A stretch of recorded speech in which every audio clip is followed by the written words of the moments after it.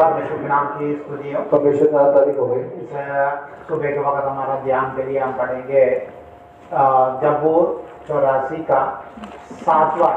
इस दिन ध्यान वास्ते पढ़ेंगे जबूर 84 का 7 है।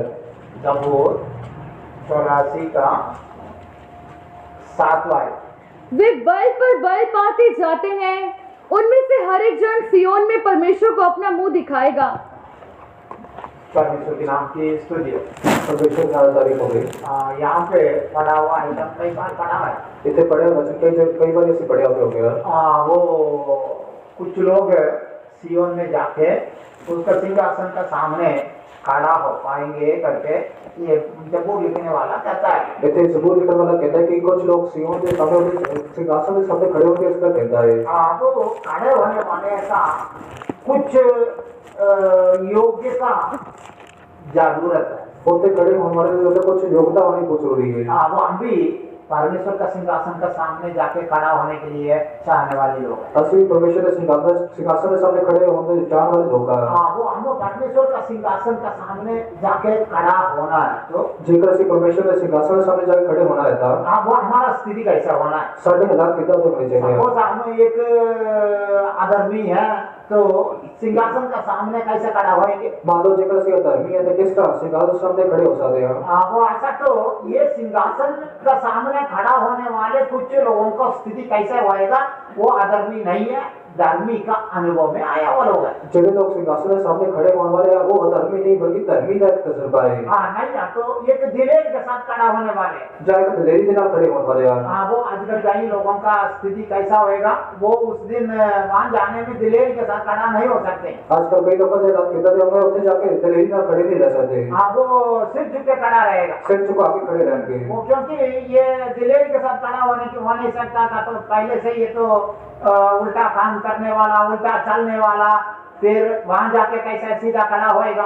वो दिलेरी ना खड़ा नहीं रह सकता। उल्टे काम करने वाला, उल्टा चलने वाला ऐसा कितना होते सीधा रह खड़ा रह सकता है। ऐसा तो हम खड़ा होना है तो हम क्या करना है। जेकर से खड़े होना तो ऐसे की करना है। ये आयत में हम देखते हैं वो लोग बल के ऊपर बल पाके वहां जाके सियोन में सिंहासन का सामने खड़ा होंगे। इस वचन से पढ़ते कि इबादत से बल हासिल करके वो सियोन में सिंहासन के सामने खड़े होंगे। वो हम भी सियोन में जाके सिंहासन का सामने खड़ा होना है इनाम पाने के लिए। असली भी सियोन में जाके सिंहासन के सामने इनाम पाने वास्ते खड़े होना है। वहां जाके दंड पाने के लिए खड़ा नहीं होना। उत्थे जाके सजा हासिल करने वास्ते नहीं खड़े होना। वो दूसरा लोग है सिर झुक के वहां खड़ा होते हैं, वो दंड पाने के लिए खड़ा होने वाले। जेड़े सिर झुका के खड़े होने वाले और सजा पाने वाले खड़े होने वाले हैं। हम वहां जाके इनाम पाने के लिए जाने वाले लोग। असली उत्थे जाके इनाम हासिल करने वास्ते जाने वाले लोग हैं। वो हम इनाम हासिल करने के लिए जाना है तो हमारे पास कुछ अनुभव चाहिए। जेकर से इनाम हासिल करने का साढ़े कुछ तजर्बे होने चाहिए। सपोज एक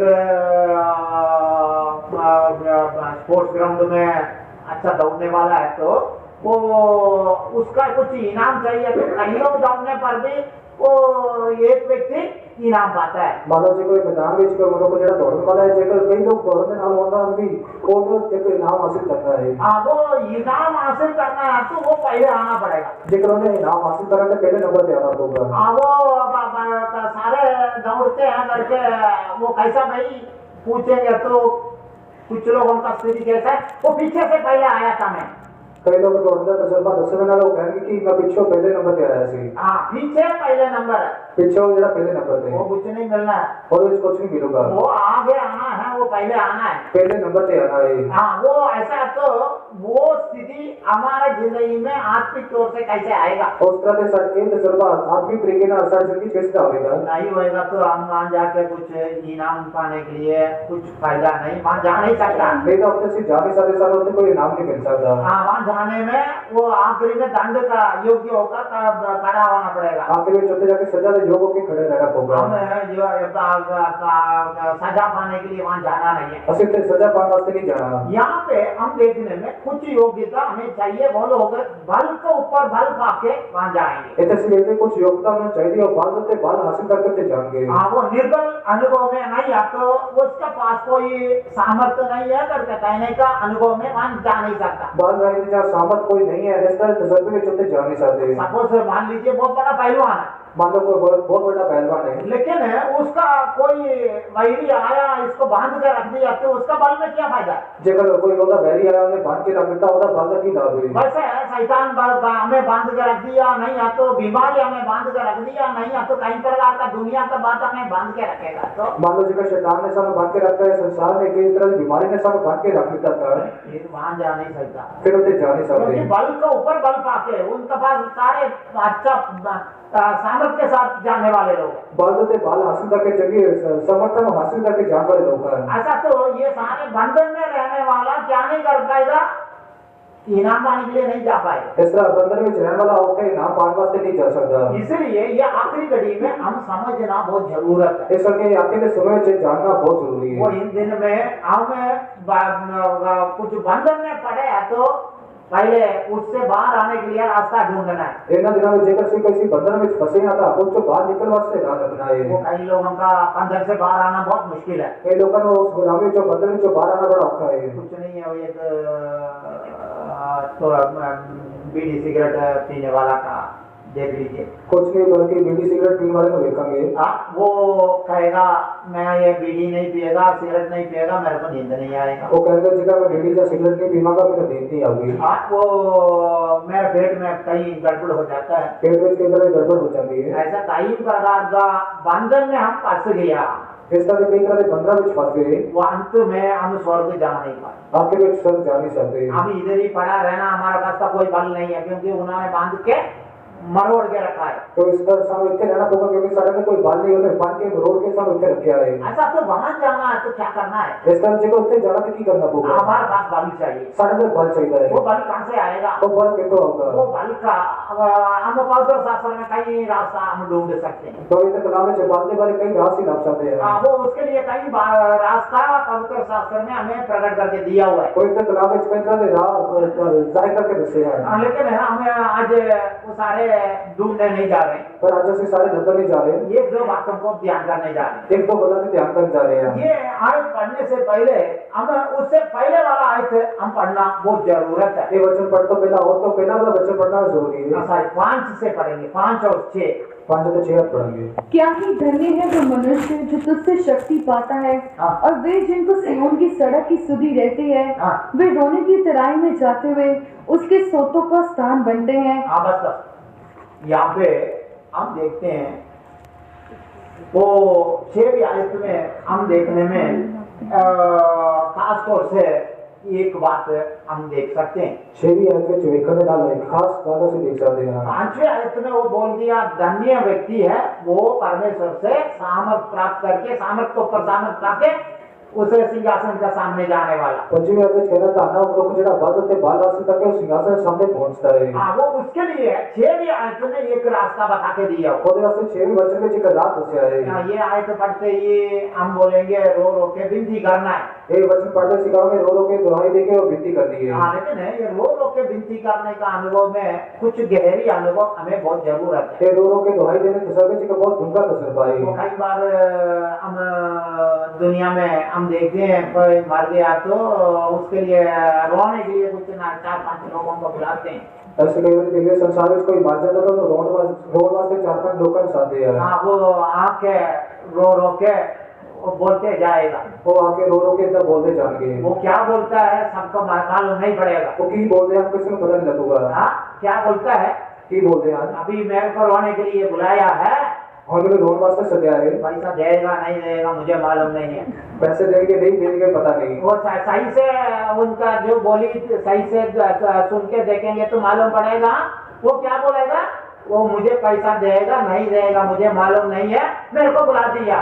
वो सही टाइम का सुना मैं वो कहेंगे कि पैसा देंगे नहीं देंगे पता नहीं मेरे को साथ लगता है। ये तो सूट भी देंगे करके बोला, वो बोलेगा वो बोल दिया बोल तो दिया देगा नहीं देगा। वो सूट एक देंगे इसका क्या था पर देंगे कि नहीं देंगे पता नहीं। और होते रहेगा इस तरह रोते रहेंगे। हाँ वो ऐसे रोने का स्थिति हमारा स्थिति नहीं है। इस तरह रोते हालात साढ़े नहीं। इसका अंदर कुछ गहरी बात हम देखना है। ये कुछ डूंगी गलत से देखनी ये है। जबूर लिखने वाला 6वीं आयत में कहने का वक्त क्या कहता है? ये जबूर लिखने वाला 6वीं आयत में इसकी कहता है रोने का तराई में करके हिंदी में लिखा है। ਰੋਣ ਦੀ ਵਾਦੀ ਵਿੱਚ ਇਸ ਤਰ੍ਹਾਂ ਕਹਿੰਦਾ ਹੈ। हाँ, लेकिन ओरिजिनल भाषा में वो बाका करके लिखा नहीं है। तो ये एक तरफ से कहना तो दो प्रकार का अनुभव इसका अंदर छिपा हुआ है। ਇਹ ਅਸਲੀ ਭਾਸ਼ਾ ਵਿੱਚ ਜਿਹੜਾ ਬਾਕਾ ਕਰਕੇ ਲਿਖਿਆ ਹੈ, ਦੋ ਤਰ੍ਹਾਂ ਦੇ ਤਜਰਬੇ ਵਿੱਚ ਲੁਕੇ ਹੋਏ ਹਨ। हाँ, वो ये कह रहा है वो तूत का वृक्ष का अनुभव है। ਇੱਕ ਤਜਰਬਾ ਜਿਹੜਾ ਤੂਤ ਤੇ ਰੁਕਦਾ ਇੱਕ ਤਜਰਬਾ ਹੈ। हाँ, वो बाका बोलने में वो तूत का वृक्ष है। ਉਹ ਬਾਕਾ ਕਹਿੰਦਾ ਹੈ ਕਿ ਤੂਤ ਦਾ ਰੁਕ ਹੈ। हाँ, वो बाका का वो पहला अनुभव एक तूत का वृक्ष का अनुभव हमारे अंदर चाहिए। ਇਹ ਬਾਕਾ ਕਹਿੰਦਾ ਹੈ ਤੂਤ ਤੇ ਰੁਕ ਦਾ ਇੱਕ ਤਜਰਬਾ ਸਾਡੇ ਅੰਦਰ ਚਾਹੀਦਾ ਹੈ। वो आया, वो जब कोई मर गया, हमें पैसा देके बुलाया, उस समय रोया, उसमें से कोई फायदा नहीं है। ਕੋਈ ਮਰ ਗਿਆ ਸਕੇ ਕਿਸ ਨੂੰ ਸੱਦਿਆ ਰੋਣ ਵਾਸਤੇ, ਉਹਦੇ ਵਿੱਚ ਕੋਈ ਲਾਭ नहीं। हमारे पास तूत का वृक्ष का कुछ अनुभव हमें बहुत जरूरत है। ਸਾਡੇ ਅੰਦਰ ਕੁਝ ਤੂਤ ਤੇ ਰੁਕ ਦਾ ਤਜਰਬਾ होना जरूरी है। हाँ, रोने का तराई का पहला अनुभव कैसे तूत का वृक्ष का अनुभव है। ਇਹ ਰੋਣ ਦੀ ਵਾਦੀ ਦਾ ਇੱਕ ਤਜਰਬਾ ਇੱਕ ਤੂਤ ਤੇ ਰੁਕ ਦਾ ਤਜਰਬਾ है। हाँ, क्योंकि वहाँ पूरा वो वादी में पूरा तूत का वृक्ष होगा, इसलिए बोल दिया होगा। ਉੱਥੇ ਵਾਦੀ ਦੇ ਵਿੱਚ ਜਿਹੜੇ ਸਾਰੇ ਤੂਤ ਤੇ ਰੁਕ ਹੋਣਗੇ, ਇਸ ਤਰ੍ਹਾਂ ਉਹਨਾਂ ਨੇ ਕਹਿ ਦਿੱਤਾ। हाँ, वो तूत का वृक्ष का बीच में जाने में सब लोगों का मालूम नहीं इसका अंदर क्या खासियत है करके। ਉਹ ਤੂਤ ਤੇ ਰੁੱਖਾਂ ਦੇ ਵਿਚਕਾਰ ਜਾਣ ਨਾਲ ਉਹਦੀ ਕੀ ਖਾਸੀਅਤ ਹੈ ਸਾਰਿਆਂ ਨੂੰ ਪਤਾ नहीं होगा। हाँ, इसका अंदर हम सफाई से देखेंगे तो इसका जड़ पूरा साइड जितना हो सकता उतना फैलते जाएगा। ਇਹਦੇ ਬਾਰੇ ਅਸੀਂ ਦੇਖਾਂਗੇ ਕਿ ਇਹਦੀ ਜੜ੍ਹਾਂ ਜਿਹੜੇ ਸਾਰੇ ਪਾਸੇ ਜਿੱਥੇ ਉਹ ਫੈਲ ਸਕਦੇ ਸਾਰੇ ਪਾਸੇ ਫੈਲਣਗੀਆਂ। काट के जोड़ेंगे तो दोबारा आ जाएगा। जो वड़ के सुटांगे दोबारा उग जाएगा। हाँ, वो ऐसा है एक पूरा धरती को पूरा पकड़ के रखा हुआ एक स्थिति इसका अंदर है। वो जमीन को पूरी तरह फाड़ के रखने का एक तजर्बा ਇਹਦੇ ਵਿੱਚ है। हाँ, दूसरा हम देखने में दूसरा ਅਸੀਂ ਵੇਖਦੇ ਹਾਂ इसका पत्ता वो ये क्या बोलते हैं लार्वा, ये बटरफ्लाई का, तितली का जो रेशम का वो जो कीड़ा होता है छोटा छोटा सुंडी जैसे, वो खाने वाला पत्ता है। वो ਜਿਹੜੇ ਉਹਦੇ ਪੱਤੇ ਹਨ, ਜਿਹੜਾ ਰੇਸ਼ਮ ਦਾ ਕੀੜਾ ਹੁੰਦਾ ਹੈ ਉਹ ਖਾਣ ਵਾਲੇ ਪੱਤੇ ਹਨ। हाँ, वो खासतौर से तूत का वृक्ष कहाँ है वहाँ जाके देखेंगे तो पत्ता का बैक साइड में पूरा छोटा अंडा चिपका हुआ हो। ਤੂਤ ਦੇ ਰੁੱਖ ਦੇ ਪੱਤਿਆਂ ਨੂੰ ਵੇਖਾਂਗੇ ਤੇ ਪਿੱਛੇ ਪਿੱਛੇ ਛੋਟੇ ਛੋਟੇ ਅੰਡੇ ਜਿਹੜੇ ਲੱਗੇ ਹੋਏ ਹਨ। हाँ, ये सारे लेके रेशम का धागा निकालते हैं। ਇਹ सारा ਕੱਢ ਕੇ ਜਿਹੜਾ ਰੇਸ਼ਮ ਦਾ ਧਾਗਾ ਕੱਢਦੇ ਆ। हाँ, वो वहाँ सबको आने नहीं देंगे। ਉੱਥੇ ਸਾਰਿਆਂ ਨੂੰ ਆਣੇ ਦੇਣਗੇ। हाँ, वो सेरिकल्चर डिपार्टमेंट वाले का नहीं है तो उसमें पढ़ा हुआ लोगों का मालूम है। ਜਿਹੜੇ ਖੇਤੀਬਾੜੀ ਦੇ ਡਿਪਾਰਟਮੈਂਟ ਵਿੱਚ ਉਹਨਾਂ ਨੂੰ ਪਤਾ होगा। हाँ, वो लोग ये पता निकाल के लेके आते, ये अंडा उसका बीच में रखेंगे, वो कीड़ा बनते, वो सारे वो पत्ता खा के आखिरी में रेशम का वो धागा मिल जाएगा। और जरा वो पत्ते ले आकर आते हैं होते हैं तो कीड़ा कांटे रखन के वो बाद में सारा रेशम का उससे धागा बन जाएगा। हाँ, वो रात का समय नहीं है तो थोड़ा अंधेरा का समय में वहाँ खड़ा होके देखेंगे तो रात के समय जब कुछ अंधेरा होने के बाद उसने देखा खड़े होकर देखेंगे तो वहाँ पे एक बहुत बड़ा फौज जाने का माने आवाज सुनाई देगा। बहुत बड़ी फौज चलने वहाँ कोई आवाज सुनाई देगी। हाँ, वो पूरा पता दिन रात वो क्या करता काटते रहता है। दिन रात तो पत्ता जरा खाता रहता है। इसका कोई रेस्ट नहीं है, पूरा काटते रहेगा जब तक वो बड़ा होना है। कोई आराम नहीं है, दिन रात तो पत्ता खाता रहेगा जब तक वो बड़ा ना हो। वो बड़ा होने के बाद वो रेशम का वो धागा का से अपना पूरा शरीर का इसका बीच में रख के पूरा बांध लेता है। और जो थोड़ा बड़ा हो जाता है रेशम के धागे अपने आप को सारा बांध के अपने अपने आप को बांध कर देता है। ये कुछ समय का अंदर वो धागा नहीं निकालते हैं तो कुछ समय बाद धागा नहीं कर देता, वो अंडा का छिलका का मानिंद रहेगा, वो टूट गया फिर कोई रेशा नहीं मिलेगा। जेकर अंडे के छिलके वांगू रहेगा, जेकर टूट के कोई और रेशम नहीं मिलेगा। उसके बाद कोई वैल्यू नहीं है उसका। उसके बाद कोई लाभ नहीं। उसमें से तितली बाहर आ जाएगा। कुछ तितली बाहर निकलेगी। थोड़ा समय के अंदर वो अंदर ही रहता है। थोड़ा समय अंदर रहता है। वो जल्दी दूसरा कोई वैरी इसको हानि नहीं पहुंचा सकता है। कोई दूसरा वैरी जड़ा नुकसान नहीं पहुंचा सकता। ऐसा तो ये तूत का वृक्ष का अनुभव कैसा अनुभव है? इस तरह दूध के रूप का तजर्बा किस तरह तजर्बा है? हमेशा खाते रहने का एक अनुभव है। हमेशा खाते रहने का तजर्बा है। नहीं, आप तो हमेशा परमेश्वर का हजूरी में विनती करने का एक अनुभव है। जो हमेशा परमेश्वर की हजूरी में दुहाई देने का विनती करना तजर्बा है। वो एक आसान बात तो नहीं है हर समय हम परमेश्वर का हजूरी में बैठ के विनती करना। ये आसान बात नहीं कि हमेशा परमेश्वर की हजूरी में चले सम्मुख में बैठ के विनती करनी है। क्योंकि हमारे पास खाने का टाइम चाहिए, कुछ काम करने का टाइम चाहिए, सोने का टाइम चाहिए, ऐसे हर बात के लिए कुछ समय हमें जरूरत है। क्योंकि सब खाने वास्ते समय चाहिए, कुछ काम वास्ते समय चाहिए, इसका फिर ही काम वास्ते कुछ ना कुछ समय चाहिए। लेकिन स्वर्ग में जाके खड़ा होना है तो हमारा पास क्या होना चाहिए? हमेशा परमेश्वर का साथ एक संबंध रखने का एक अनुभव होना चाहिए। जेकर से परमेश्वर के सामने सिंहासन सामने खड़े होना है, साडा परमेश्वर का कुछ ना कुछ संबंध होना चाहिए। हाँ, वो संबंध हमारा पास नहीं होएगा तो जेकर संबंध साडा नाल नहीं होगा था, हाँ, वो हम वहां जाके खड़ा होना अनहोना है। साडा उत्ते जाके खड़ा होना अनहोना है। हाँ, वो इसलिए तो दूसरा सामुएल में हम देखने का वक्त इस तरह से दूसरे शामिल में चेक दिया था। दूसरा सामुएल 5वां अध्याय 23 और 24वां आइटम पढ़ने में दूसरा शामिल 5वां में 23 से 24 कुछ पढ़ दिया। वो जो दाऊद का दिया हुआ हुक्म है, तूत का वृक्ष को ऊपर चलने वाला आवाज सुनने का वक्त आगे बढ़ते जाओ करके कहता है। दाऊद का क्या हुक्म है? जो तूत के वृक्ष को जो आवाज सुनेगा उसके लिए उसे आगे बढ़ते जाओ।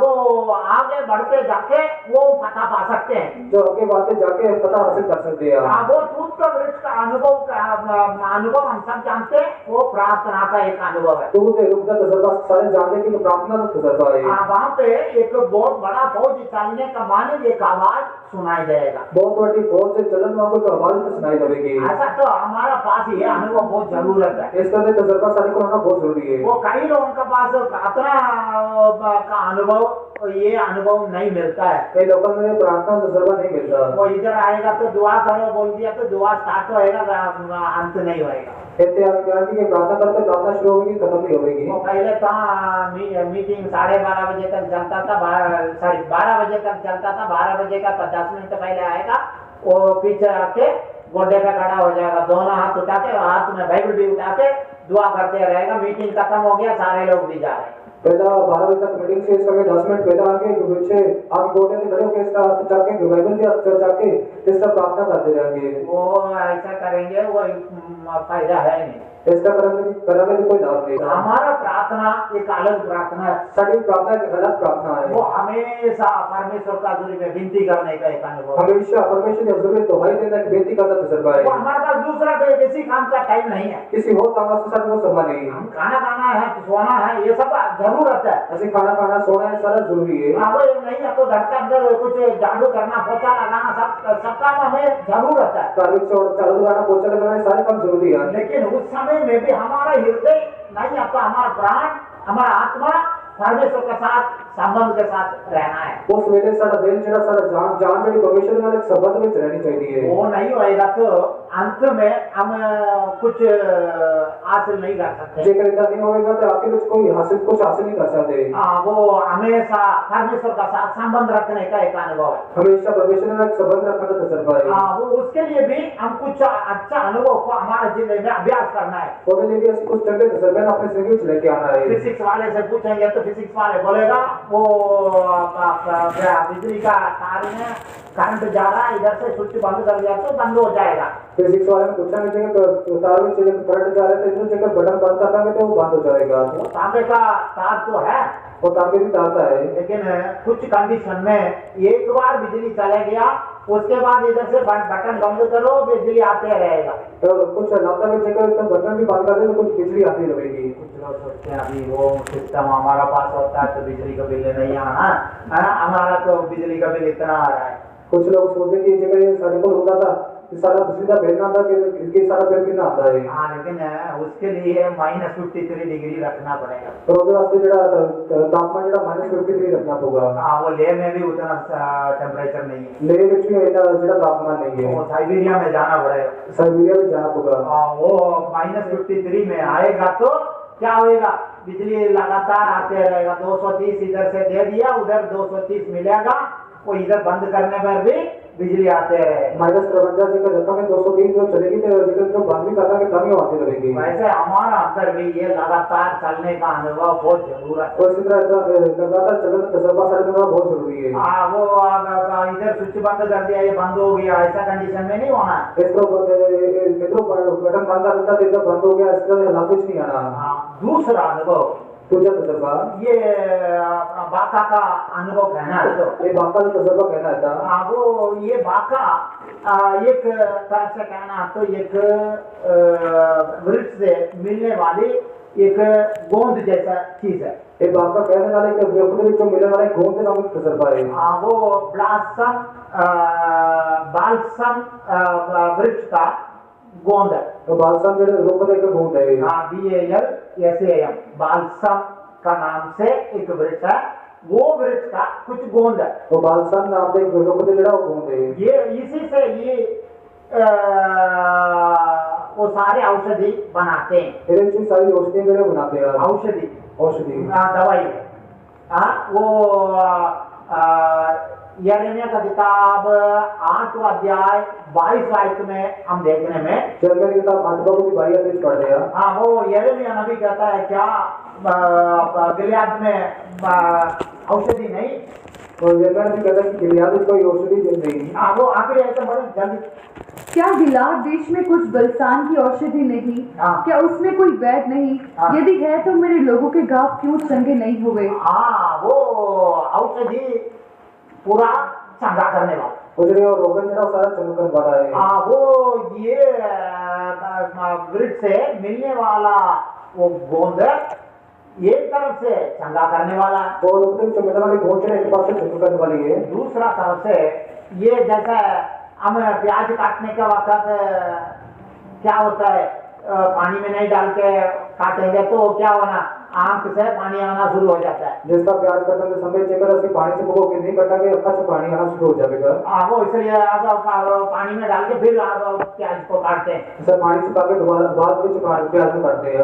वैसे ये वो वृक्ष का बीच में जाएंगे तो इसमें से निकलने वाला कुछ केमिकल हमारे अंत में लगते ही पानी भरना शुरू हो जाएगा। इसका जेकर उस रोका दे को जाने जगह कुछ जो जरा रसायन निकल जाओ कल पहनने ना पानी निकलना शुरू हो जाता है। वो कंडीशन हमारे पास बहुत जरूरत है। वो हालात सारे को होने बहुत जरूरी है। अभी बाका का पार करके उसको रोने का तराई होकर वो बहुत बड़ा तालाब जैसे बनाना बहुत जरूरत है। तो बाका की वादी में जाके थे रोने की तराई होके बदलना बहुत जरूरी है। क्योंकि हमारा आंसू को कीमत है, बहुत बड़ा कीमत है। क्योंकि साढ़े आंसुओं की कीमत बहुत ज्यादा कीमत है। और हमारा सारे आंसू परमेश्वर कुपी में कटा करके रखा करके हम देखते हैं। सारे आंसुओं ने परमेश्वर ने अपनी कुपी में छाप के रखे इस तरह से भेज दिया। ऐसा तो वो बहुत बड़ा कीमती अनुभव हमारे अंदर से बाहर आना है। तो इस तरह से बहुत कीमती तजुर्बा साढ़े अंदर बाहर आना था। ये औषधि हमें बहुत जरूरत है। ये रोगन चाहे औषधि साल बहुत ज्यादा लोड है। ये कहाँ मिलता है? ये साल के तो मिलोगी। ये अभी हम पढ़ा हुआ वो यिर्मयाह का किताब 8वां अध्याय आखिरी आयत में हम देखने में यिर्मयाह की किताब 8वां की 22 में भेज दिया। गिलियाद में मिलता करके कहते हैं। वो गिलियाद में भेज दिया इस तरह से पढ़ दिया। क्या है? ये गिलियाद की है। वो गिलियाद में औषधि मिल रहा है। वो गिलियाद में जो रोगन या औषधि मिलती है। ये गिलियाद में कुछ अनुभव हमारा अंदर बहुत जरूरत है। एक गिलियाद में कुछ तजुर्बा साढ़े अंदर बहुत जरूरी है। वो उत्पत्ति की किताब 31वां अध्याय में हम पढ़ के देखने में उत्पत्ति किताब 31 बाब से पढ़ दिया। वो 23वां आयत से हम पढ़ के देखने में और 23 आयत को पढ़ के देख दिया। वो गिलियाद दो प्रकार का अनुभव को हमें प्रकट करके देगा। ये गिलियाद दो तरह तजुर्बे साढ़े जाहिर करके देगा। वो क्या अनुभव हमें प्रकट करके देता है? केड़े तजुर्बे साढ़े जाहिर करके देता है। एक लफ्ज में बोलना है तो शांति मिलेगा। एक को शब्द कहने से शांति मिलेगी। दूसरा हमें एकता का अनुभव मिलेगा। दूसरा सब एकता का तजुर्बा मिलेगा। वहाँ पे हम उत्पत्ति का किताब 31वां अध्याय में हम देखने में उत्पत्ति किताब 31 बाब से देख दिया। वो लाबान का घर से वो याकूब वापस आ गया। लाबान के कारण से याकूब जरा वापस मुड़िया। वो गिलियाद में आया है। गिलियाद में पहुंचा। वो गिलियाद में आने का वक्त गिलियाद में जाने समय वो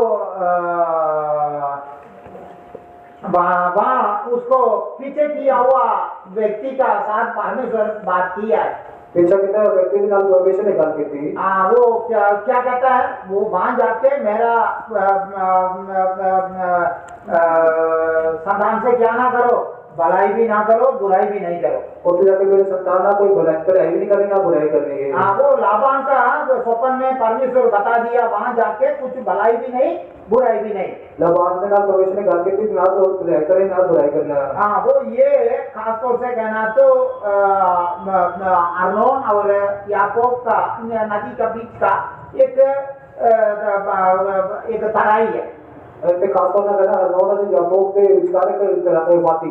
वो गिलियाद, वो बीच का एक जगह है, वो गिलियाद के विचार की जगह है। वो वहां पे एक तरफ से कहना तो वहां जाके ये कुछ भलाई भी नहीं कह सकता, बुराई भी नहीं कह सकता। एक पास कहना तो जाके कोई भलाई भी नहीं कह सकता ना कोई बुराई कह सकता है। अभी ये दोनों का बीच में ही, पहले तो वही नहीं था, पहला वो होता दुश्मन से। वो लबनान इसका पीछे पड़ रहा है, इसको पकड़ो, सारे वापस ले आओ। लबानों के पीछे गया कि कोई सारे लोगों के पीछे गया कि सारा कुछ वापस ले आओ। लाबान उसका पीछे पड़ा है, लबानों के पीछे गया है। अभी वहां आने के वक्त वो पहली आया, लेकिन याकूब का साथ कुछ नहीं किया। तो लबान तो वैरी है, पीछे आया पर उन्होंने कुछ नहीं किया। दोनों के बीच में शांति हो गया, दोनों बीच का शांति हो गई। अभी दोनों के बीच में एक मन हो गया, दोनों बीच का एक मन हो गया। हमें परमेश्वर का सूरी में विनती करना है करके कह के वहां जाने में काफी नहीं है। असली परमेश्वर के सूरी में जाके विनती करनी है, इस तरह कह के जाना तो बहुत नहीं। रो रो के विनती करना है करके कहने में काफी नहीं है। रो रो के ऐसी विनती करेंगे इस तरह कहना ही बहुत नहीं। वो कई लोगों का विनती हम सुन सकते हैं, कई लोग जो है ऐसे सुन सकते हैं। वो उसने मेरा खिलाफ ये कर दिया, वो कर दिया, ये खुदा बाप उसका हाथ तोड़ दे, पैर तोड़ दे। लोगों ने मेरे खिलाफ इसका कहता उसका कहता उन्हें हाथ तोड़ दे पैर तोड़ दे। वो रो रो के विनती कर रहा है, रो रो के अंदर दुहाई दे रहा है। ये दोनों के बीच में एक मन नहीं है, दोनों के बीच का एक मन नहीं। ये वो दोनों के बीच में शांति नहीं है, दोनों के बीच का शांति नहीं। फिर कौन सा प्रार्थना सुनाई देगा नहीं, अब तो ये कहाँ जाके सिंहासन का सामने इनाम पाने के लिए खड़ा हुआ है। किस तरह की प्रार्थना सुनी जाएगी, किस तरह सिंहासन सामने जाकर खड़ा हो सकता है। इसलिए हम सिंहासन का सामने जाना है तो पहले क्या करना पड़ेगा, ये औषधि को हमारा अंदर लेके आना पड़ेगा। जैसे से सिंहासन सामने जब खड़े होना है, इस रोगन में औषधि को अपने अंदर लेके आना होगा। वो औषधि क्या काम करेगा, ये रोगन जरा औषधि की करोगी, वो एकता का लेके आएगा, एकता तो लेके आओगी। दूसरा दोनों के बीच में शांति को लेके आएगा, दूसरा दोनों देश का शांति को लेके आओगी। वो परमेश्वर का सामने हम सही कई कमी रख के वहां जाके खड़ा होंगे तो वो कुछ नहीं बनेगा। देखो परमेश्वर के सामने कोई तरह की कटियां रख के जगह के तो कुछ नहीं होगा। इसलिए तो ये ऐसा कहता हम आपस में वाद विवाद करें, हम अंत में क्या होना, वो अच्छा अनुभव में बदल जाना है। तो ये शायद कहते हैं कि आओ उसकी आपस में वाद विवाद करें ताकि आगे में चंगे तजर्बे बदल जाइए।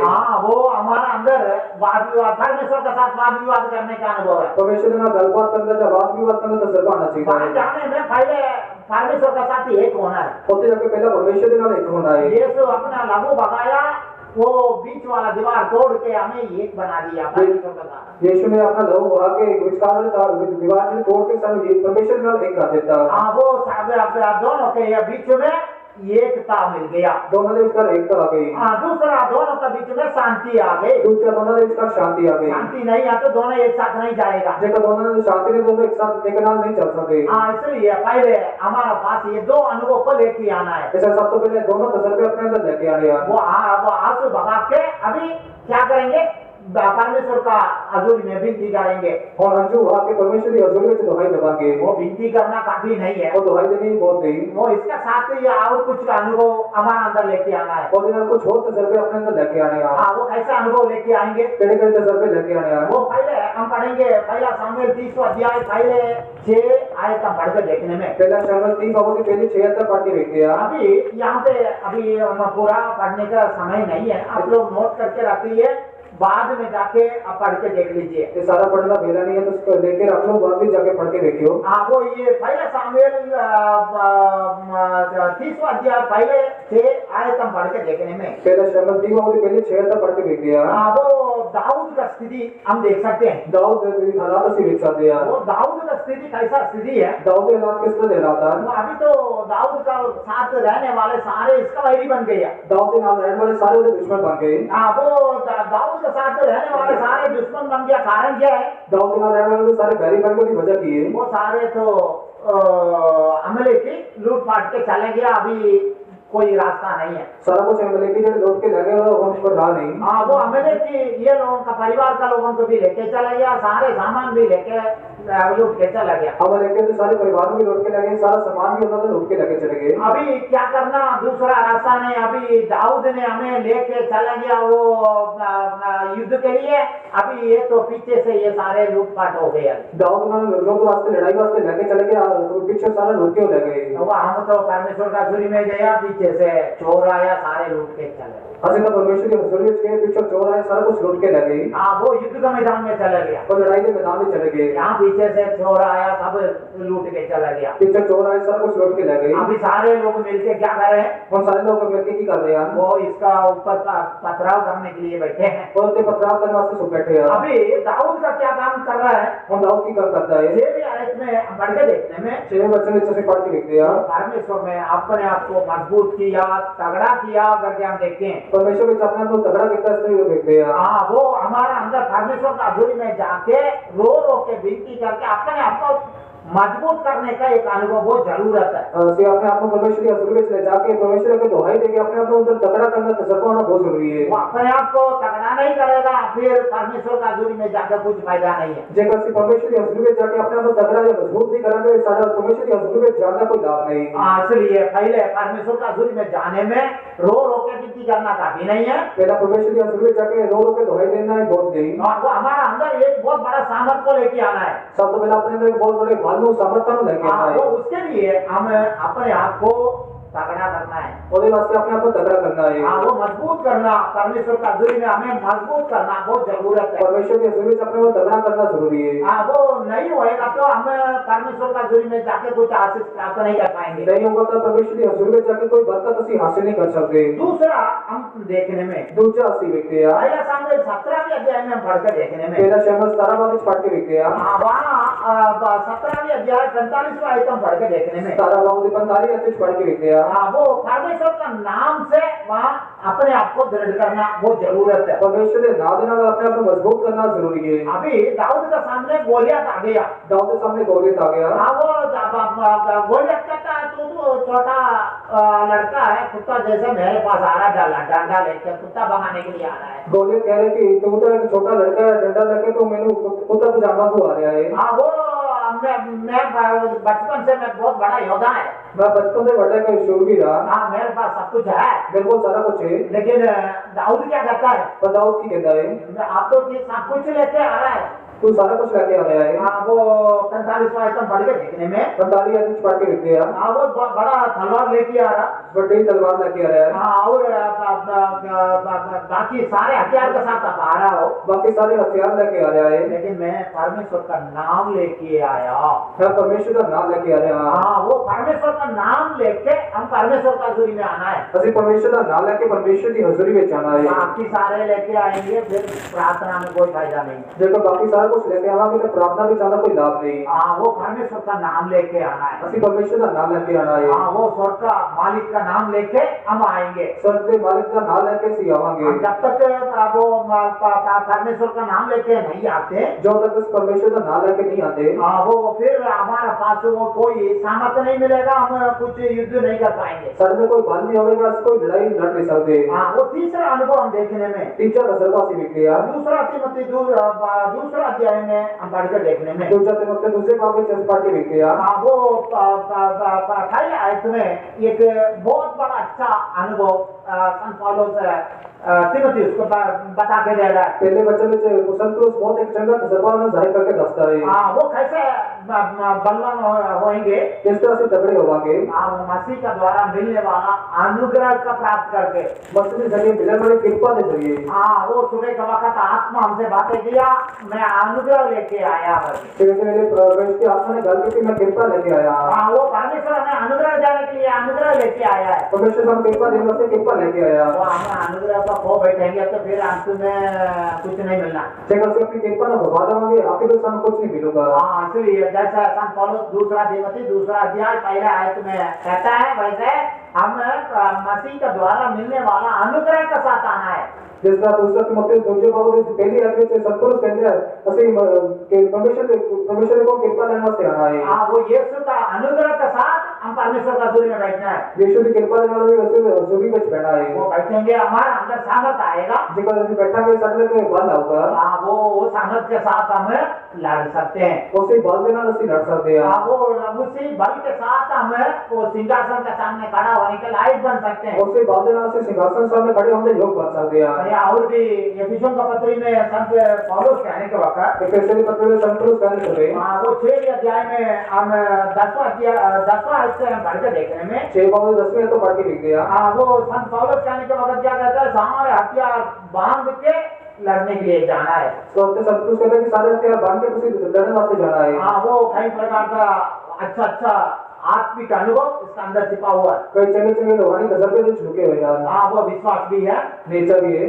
और आशा भी है, आस भी है। हाँ, वो ऐसा है, कई प्रकार का आत्मिक अच्छा अनुभव इसका अंदर है। कई तरह रूहानी चंगे तजर्बे जो हैं। हाँ, वो ये इसके साथ हम परमेश्वर का हजूरी में सारे हथियार बांध के सामर्थ के साथ जाना बहुत जरूरत है। इसके नाल सारे हथियार बांध के परमेश्वर की हजूरी में जाना बहुत जरूरी है। हाँ, वो और योएल नबी कहने के वक्त योएल नबी कहते समय हाँ, वो 3 अध्याय में हम देखने के वक्त तीसरे भाग में जैसे देख लिया।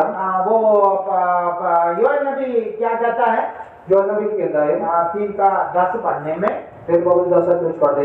मैं निर्बल नहीं है, मैं निर्बल नहीं, मैं बहुत बड़ा शूरवीर है। मैं बहुत बड़ा शूरवीर हूं। हाँ, वो सारे हथियार के साथ में आया है। मैं सारे हथियारों के नाल आया। हाँ, वो ऐसा अनुभव में हम आना बहुत जरूरत है। इसका तजर्बे जाना बहुत जरूरी है। हाँ, वो निर्बल अनुभव में मैं आया, मेरे पास कोई बल नहीं है करके हम आके लड़ने के लिए नहीं आ सकता है। मैं कमजोर तजर्बे चाहे इस तरह मैं लड़ने वास्ते नहीं आ सकता, इस तरह कहना कहोगे। हाँ, वो ऐसा आएंगे तो कुछ आशीष प्राप्त कर नहीं पाएंगे। परमेश्वर का हजूरी में आने में ये लड़ाई का मैदान है, उसमें सारे हथियार बांध के सामर्थ पाके ही ये लड़ाई को लड़ना है। परमेश्वर की हजूरी में सारे हथियार पाके उसे लड़ाई में जाना है। हाँ, वो लड़ाई हम पाएंगे, फिर अंत में हमें जय मिलेगा। जगह से लड़ाई में जावांगे, फिर आखिर में पता मिलोगे। हाँ, मैं वो कमजोर व्यक्ति है, मैं इधर आया, मैं क्या करूं, ये तो बहुत बड़ा शैतान मेरे सामने आ गया बोल के बैठे रहेंगे, फिर उसको ऊपर पता नहीं पा सकता। मैं बहुत कमजोर लोग का मेरे सामने बहुत बड़ा शैतान आ गया, इसका सोच के बैठे रहोगे तो असली उससे पता नहीं पा सकते।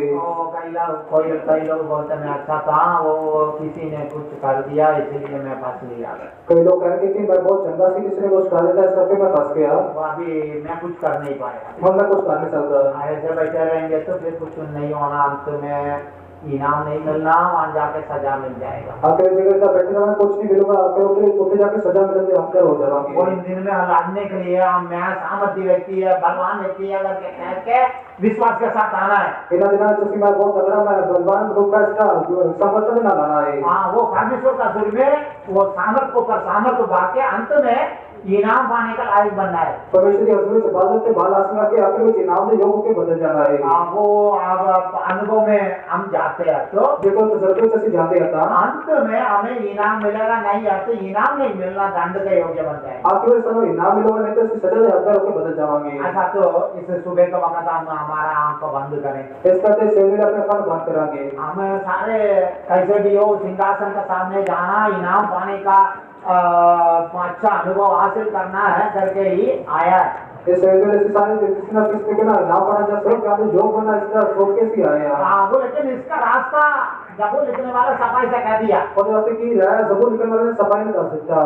पहले क्या कहता है, तेरा भी कहता है हाँ, वो धन्य व्यक्ति है, वो परमेश्वर की ओर से सामर्थ प्राप्त करने वाला। परमेश्वर लोग बाला हासिल करता है। हाँ, वो हमेशा परमेश्वर का रास्ता में चलने वाला, हमेशा परमेश्वर के राह में चलने वाला। हाँ, वो दूसरा 6वीं आयत में कहने के वक्त 6वीं वचन में कहता है रोने का तराई में पार करने वाला, बापा दिवाली से रोन दिवाली चो नंबर वाला। हाँ, वो रोने का वादी में चलने वाला बोलने में वो हमेशा हर वक्त परमेश्वर का हजूरी में विनती करने वाला। रोम दी तराई ते कहना मतलब हमेशा परमेश्वर के सम्मुख में जो दुहाई देने वाला। जैसा मिलिट्री रात को परेड पे जा रहा है तो जिस तरह फौज रात को परेड पे जा रही है था, वो उसका आवाज दूर से सुनना है। और ये आवाज तो दूर से सुनाई दे रहा है। ऐसा सुन नहीं पाया होगा, लेकिन वो दूर से पहाड़ी इलाका में सुनेंगे तो बहुत साफ आवाज सुनाई देगा। पहाड़ी इलाके में सुना तो बहुत सफाई साफ तरीके से सुनाई देगी। हाँ, वो बहुत बड़ा फौज, ज्यादा लोग आने की जरूरत नहीं, वो छोटा सा झुंड लोग आने में काफी है। वो लोगों का आवाज बहुत बड़ा सेना आने का पानी सुनाई देगा। छोटा छोटा होने वाले लोगों की आवाज भी बहुत बड़ी सेना के वांगू सुनाई देगी। हाँ, वो आवाज हमारा अंदर चाहिए, वो ये तूत का वृक्ष में चलने वाली आवाज है। कोई आवाज सुनाई देना चाहिए, और तूते रुक में चलने वाली एक आवाज है। हाँ, हर लम्हा विनती करने का एक आवाज। हर वेले का विनती का दुहाई करना तजुर्बा है। दूसरा वो बलसान का वृक्ष का वो औषधि का अनुभव हमारा अंदर चाहिए। तो बलसान दे रुक दी औषधि या रोगन का तजुर्बा सड़ना चाहिए। हाँ, वो पास आते ही क्या होएगा, वो आंखों से आंसू बगेगा। और जब आगे आते हो एकदम अखा दे जो हंजू निकलेंगे। हाँ, वो हमें अनुभव को हासिल करना है तो जेको तजुर्बे हासिल करना है काम गिलाद का अनुभव में जाना पड़ेगा। गिलियाद के तजुर्बे जाना होगा। वो गिलियाद का अनुभव है, ये कोना और शांति के साथ रहना। तो गिलियाद का तजुर्बा एकता या शांति के साथ रहना है। वो शांति के साथ नहीं रहते हैं, घर का अंदर लड़ते मरते रहेंगे, फिर वहां जाके इनाम नहीं मिलेगा। जेकर शांति के साथ रहते घर में लड़ते जाते तो फिर उसके जाके इनाम नहीं मिलेगा। और फिर बोलेंगे मैं वो तो लड़ते रहते हैं, मैं क्या करूं, मैं तो परमेश्वर का हजूरी में आता हूँ। फिर आखिर में कहेंगे मैं वो तो लड़ते रहते हैं, मैं क्या कर रहा हूं, मैं तो परमेश्वर की हजूरी में चाहता हूं। वहां जाने में इनाम नहीं मिलेगा, दंड मिलेगा। उसके जाके इनाम नहीं मिलेगा, सजा मिलेगी। इसलिए अभी से सब कुछ क्या करना है, ये सही करना है। इसलिए उन्हें सब कुछ सारा ठीक करना है। हाँ, ये कोना है, एक होना है, शांति के साथ रहना है, शांति के साथ रहना है। अभी इनाम पाने का लायक बनेंगे। फिर इनाम पाने योग बनाएंगे। नहीं आते इनाम नहीं मिलेगा, अंत में दंड मिल जाएगा। नहीं तो इनाम नहीं मिलेगा, आखिर में सजा मिल जाएगी। ऐसा तो हमारा आंखा बंद करें, इस तरह अपने फट बंद कराएंगे। अभी आखिरी घड़ी में आया है। आखिर समय चसी आए हैं, वो कब आगमन आएगा हम नहीं जानते, कब आमद होने की रसीदी जानते हैं। लेकिन उससे पहले इनाम पाने का लायक बनना है। वो तो पहले इनाम पाने योग बनना है। हाँ, वो इसके लिए लगातार प्रार्थना करने के एक अनुभव में आना है। उसके वास्ते लगातार प्रार्थना करने तजुर्बे में जाना है। आंसू बहा के प्रार्थना करने का अनुभव हमें आना है। हंजू बहा के प्रार्थना करने तजुर्बे में जाना है। आंसू बहाने का अनुभव कब आएगा, ये कोना और शांति के साथ रहने में। हंजू बहाना तजुर्बा कब होगा, जब एक कमांगे जो शांति का तजुर्बा होगा। हाँ, वो दूसरा आंसू बहा के वो जो माउथ का घर में आके